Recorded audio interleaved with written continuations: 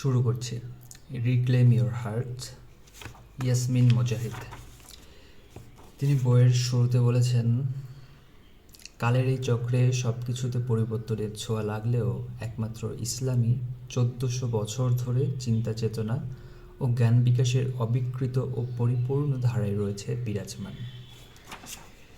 এরপর প্রকাশকের অনুভূতিতে তিনি বলেছেন, অর্থাৎ প্রকাশক বলেছেন, চোখ তো অন্ধ হয় না, বরং অন্ধ হয় বক্ষস্থিত অন্তর। এটা মূলত তার কথা নয়, এটা নবীজির কথা, এটা আল্লাহর কথা। এরপর অনুবাদকের অনুভূতি। এখানে তিনি বলেছেন, আমি সংক্ষেপ করছি আর কি, আমাদের ব্যক্তি জীবন থেকে শুরু করে অন্যের সাথে সম্পর্ক, আমাদের মহান স্রষ্টার সাথে সম্বন্ধ, সব কিছুতে দরকার একটা জীবন্ত হৃদয়। যে হৃদয় না পাওয়ার বেদনায় দুঃখ পায়, মুষড়ে পড়ে না। যে হৃদয় মনের মানুষকে ততটুকু জায়গা দেয় যতটুকু দিলে আল্লাহ আড়াল হন না। যে হৃদয় সালাতে বারবার মনোযোগ চলে যাবার পরও বোঝামাত্র ফিরে আসে। যে হৃদয় সাময়িক ঝড়ে বেহুশ না হয়ে লড়াই করে, টিকে থাকে, বোঝে পৃথিবীর বাস্তবতা। ধিকি ধিকি জ্বলতে থাকা সলতের মাঝে নতুন করে আগুনের হলগা ফুটিয়ে নতুন প্রাণের ফোয়ারা ছোটাতে রিক্লেম ইওর হার্ট একটি সামান্য নিবেদন। এরপর সূচনা কথা। সূচনা কথার পরে মূলত বইটি শুরু হচ্ছে। টাইটেল, কাচের ফুলদানি। তখন বয়স মোটে 17। একটি স্বপ্ন দেখেছিলাম আমি একটি মসজিদের ভেতর বসে আছি। ছোট্ট এক মেয়ে কোত্থেকে যেন দৌড়ে এসে আমাকে জিজ্ঞেস করলো, আচ্ছা বলো তো, মানুষগুলো কেন একজন আরেকজনকে ছেড়ে চলে যায়? প্রশ্নটা শুনে ভাবলাম, আরে এটা তো আমারই প্রশ্ন, আর আমাকে কিনা জিজ্ঞেস করা হচ্ছে। পরে অবশ্য বুঝতে পেরেছিলাম প্রশ্নটা কেন আমাকেই করা হয়েছিল। মানুষের সাথে খুব বেশি মিশে যেতাম আমি, সম্পর্কগুলোর মায়ায় জড়িয়ে যেতাম। ছোটবেলা থেকেই আমার মন মেজাজ ছিল অন্যরকম। অন্যান্য ছেলে মেয়েদের স্কুলে দিয়ে তাদের বাবা মারা যখন চলে যেত, ছেলে মেয়েগুলো সহজেই সেটা সামলে উঠতে পারত। আমি কেন যেন পারতাম না। চোখে পানির ফোয়ারা একবার শুরু হলে সেটা আর বাঁধ মানতে চাইতো না। বড় হতে হতে চারপাশের সব কিছুর মায়ায় নিজেকে জড়িয়ে নিতে লাগলাম। ক্লাস 1 থেকেই আমার মনে হচ্ছিল আমার একজন বান্ধবী দরকার। আর একটু বড় হলাম, বান্ধবীদের সাথে এটা ওটা নিয়ে মাঝে মধ্যে ঝগড়া হতো, খুব খারাপ লাগতো আমার। সব কিছুর মায়াতেই জড়িয়ে যেতাম। মানুষ, নতুন জায়গা, স্মরণীয় ঘটনা, ছবি, মুহূর্ত, এমনকি কোনো কাজের ফলাফলের সাথেও জড়িয়ে পড়তাম।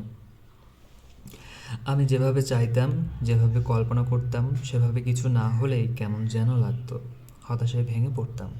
একবার পড়ে গেলে আর উঠে দাঁড়াতে পারতাম না, ভুলতে পারতাম না, ক্ষত আর শুকাতো না। যেন একটা কাচের ফুলদানি টেবিলের এক কোণায় রাখা, একবার ভেঙেছে তো আর জোড়া লাগার কোনো উপায় নেই। কাচের ফুলদানি, সে তো ভাঙবেই, একবার কেন বারবারই ভাঙবে। কিন্তু সমস্যা তো ফুলদানির নয়। এতবার ভাঙার পরও আমি যে বারবার ফুলদানিটা টেবিলের কোণায় রাখতাম, আসল সমস্যা তো এটাই। আমার চাওয়া পাওয়া পূরণের জন্য অন্য মানুষগুলোর উপর, তাদের সাথে আমার সম্পর্কের উপর খুব বেশি নির্ভর করতাম। সম্পর্কগুলোকে সুখ দুঃখ নিয়ন্ত্রণের অধিকার আমি দিয়েছিলাম আমার চাহিদা আর শূন্যতা পূরণের অধিকার, আত্মমর্যাদা আর নিরাপত্তা দানের অধিকার।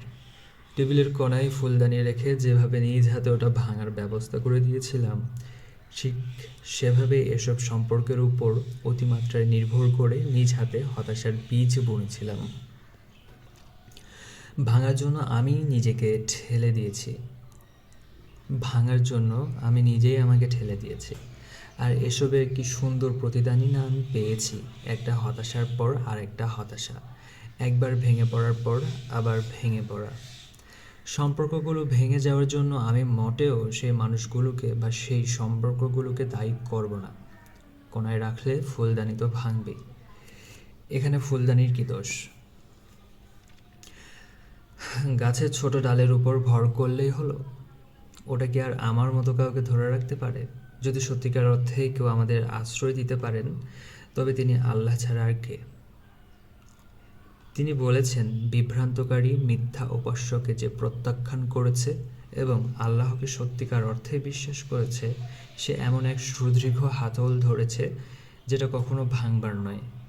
আর আল্লাহ সব শোনেন, সব জানেন। সূরা বাকারার আয়াত 256। খুব গুরুত্বপূর্ণ একটি শিক্ষা আছে এই আয়াতে। কেবল একটি হাতলই আছে যা কখনো ভাঙে না। কেবল একটি জায়গায় আছে যেখানে আমরা আমাদের সব নির্ভরতা ছেড়ে দিতে পারি। কেবল একটি সম্পর্কই আছে যা বলে দিতে পারে আমাদের প্রকৃত সম্মান কিসে। কেবল সেই সম্পর্ক থেকেই আমরা জীবনের চূড়ান্ত সুখ, পূর্ণতা ও নিরাপত্তা পেতে পারি।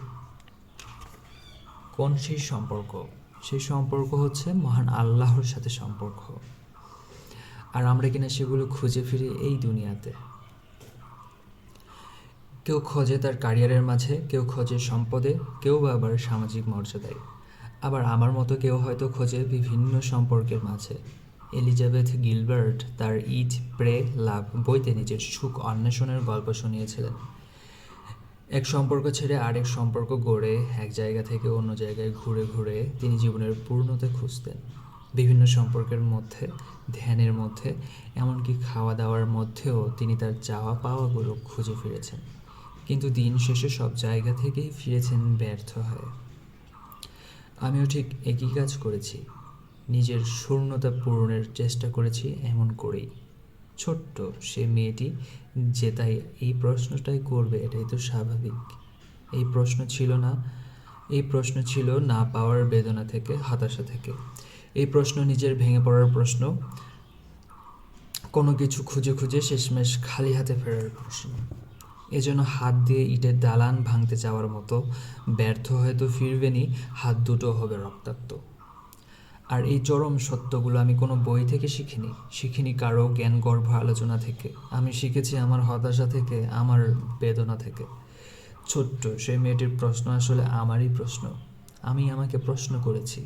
প্রশ্নটা আসলে এই দুনিয়ার বাস্তবতা নিয়ে, দুনিয়ার ক্ষণস্থায়ী কিছু মুহূর্ত আর ক্ষণিকের কিছু সম্পর্ক নিয়ে। দুনিয়াতে আমাদের আশেপাশের মানুষগুলো আজ আছে তো কাল নেই। হয় তারা দূরে কোথাও চলে যায়, নতুবা মারা যায়।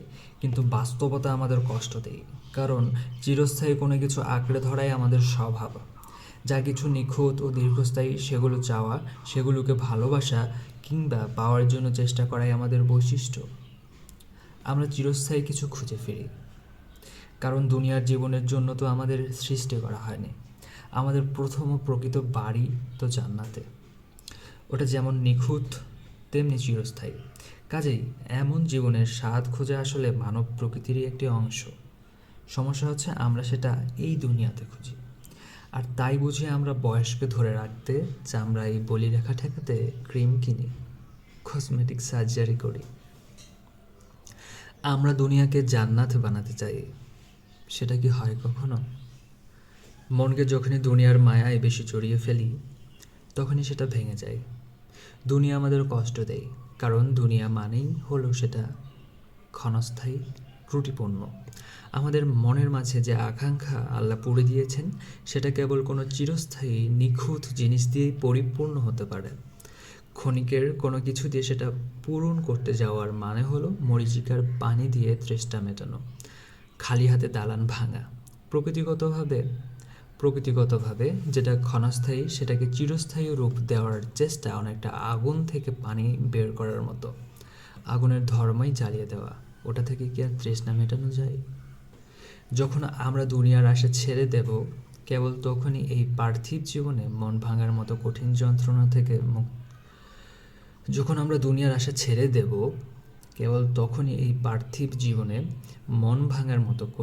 যন্ত্রণা থেকে মুক্ত হতে পারবো। দুনিয়া জান্নাত নয়, সেটা কখনো হবেও না। আমাদের বুঝতে হবে কোনো উদ্দেশ্য ছাড়া কিছু হয় না, কিছুই না। মন ভাঙার পেছনে কারণ আছে, কষ্ট পাওয়ার পেছনেও কারণ আছে। এই ভাঙা হৃদয়ে আর কষ্টের মধ্যে আমাদের জন্য আছে শিক্ষা ও আল্লাহর প্রজ্ঞার নিদর্শন। কিছু একটা যে ভুল হচ্ছে, আমাদের যে বদলাতে হবে, এগুলো তারই সতর্কবার্তা। আগুনে হাত পুড়ে যেতে থাকলে আমরা তো এই সতর্ক বার্তাই পাই যে আমাদের হাত সরাতে হবে। তেমনি মানসিক দুঃখ কষ্টগুলোও আমাদের এই কথাই বলে দেয় তেমনি মানসিক দুঃখ কষ্টগুলোও আমাদের এই কথাই বলে যে আমাদের ভেতরটাকে বদলাতে হবে, কিছু একটা থেকে বিচ্ছিন্ন হতে হবে। যন্ত্রণা আমাদের বাধ্য করে বিচ্ছিন্ন হতে। ভালোবাসার কোনো মানুষ যখন বারবার আমাদের কষ্ট দেয়, তখন যেমন আমরা তার থেকে দূরে সরে যাই, ঠিক তেমনি এই দুনিয়া যত বেশি আমাদের কষ্ট দেয়, তত বেশি আমরা অনিবার্যভাবে দুনিয়া থেকে বিচ্ছিন্ন হয়ে পড়ি। কোনো কিছু থেকে কষ্ট পেলে বোঝা যায় কিসের মায়ায় আমরা বেশি জড়িয়ে আছি। যে জিনিসটা আমাদের কাদায় বেশি কষ্ট দেয়, বুঝতে হবে সে জিনিসের সাথে আমাদের মায়া জড়িয়ে আছে, অথচ আমাদের দরকার আল্লাহর মায়ায় জড়ানো। আর যে জিনিসগুলো আল্লাহর সাথে সম্পর্ক করতে বাধা দেয়, সেগুলো থেকে দূরে থাকা। এসব যন্ত্রণাই আমাদের জীবনের মিথ্যে মায়াকে স্পষ্ট করে তোলে। দুঃখ কষ্ট আমাদের জীবনে এক জটিল পরিস্থিতি তৈরি করে। আমরা এই জটিল অসহনীয় পরিস্থিতি থেকে উত্তরণের পথ খুঁজি। নিজেদের বদলানোর ব্যাপারে আমাদের যদি যথেষ্ট মানসিক শক্তি না থাকে, তাহলে কোরআনের এই কথাই যথেষ্ট। আল্লাহ কখনো কারো অবস্থা বদলাবেন না যতক্ষণ না তারা নিজেরা নিজেদের অবস্থা পরিবর্তন করে। আল্লাহ কখনো কারো অবস্থা বদলাবেন না যতক্ষণ না তারা নিজেরা নিজেদের অবস্থা পরিবর্তন করে। সূরা রাদ আয়াত 11।